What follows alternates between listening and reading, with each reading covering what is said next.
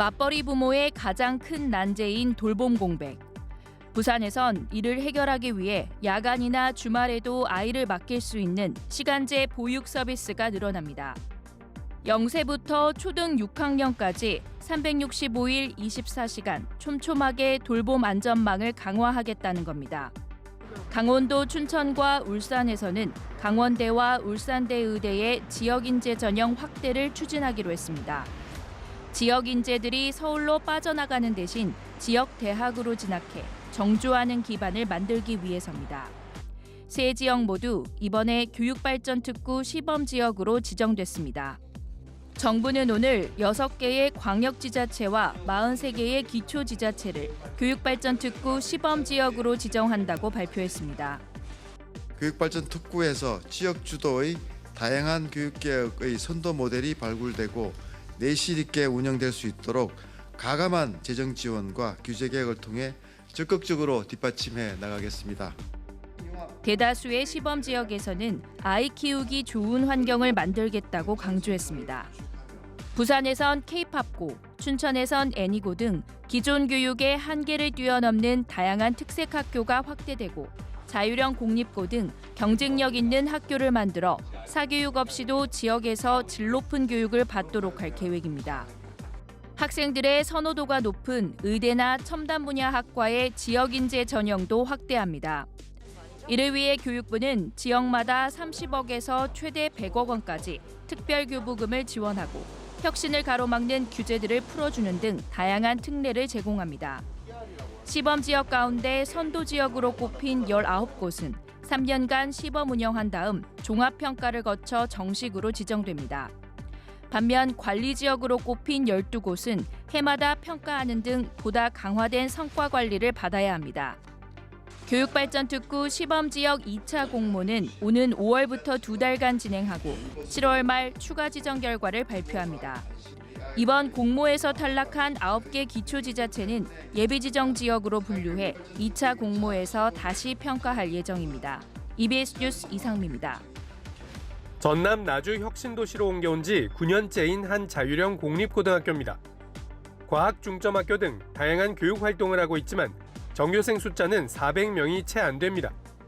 혁신도시로 이전한 공공기관과 기업이 20곳이 넘지만 자녀의 교육 문제를 우려한 학부모들이 지역에 머무르지 않기 때문입니다.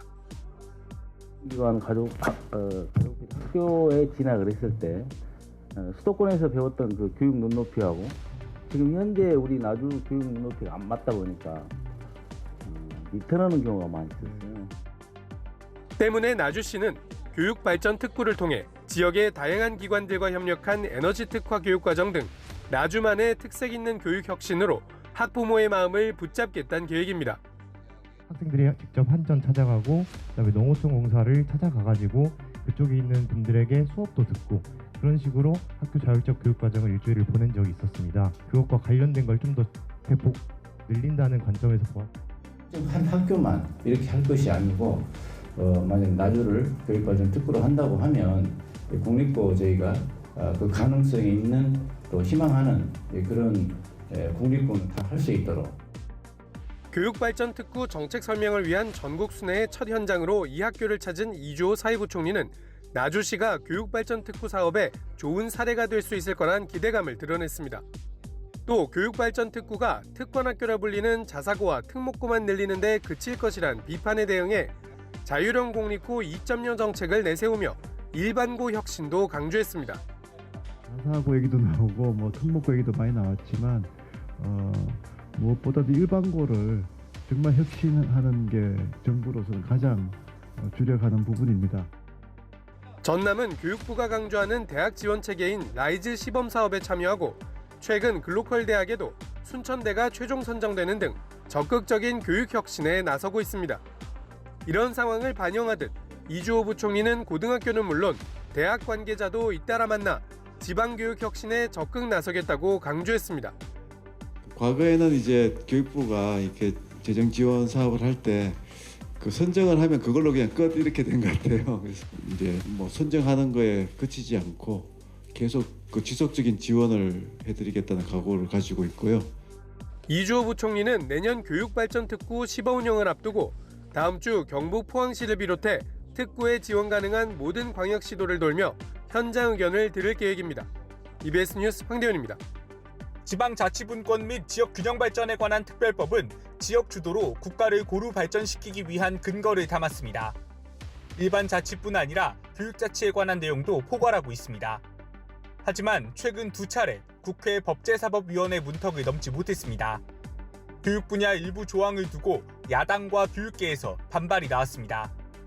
먼저 논란이 된 건 교육자유특구를 설치할 수 있도록 한 법 제36조입니다. 교육자유특구는 윤석열 정부의 국정과제로 학교 설립과 운영 관련 규제를 풀어 지역별 맞춤형 교육을 하겠다는 정책입니다.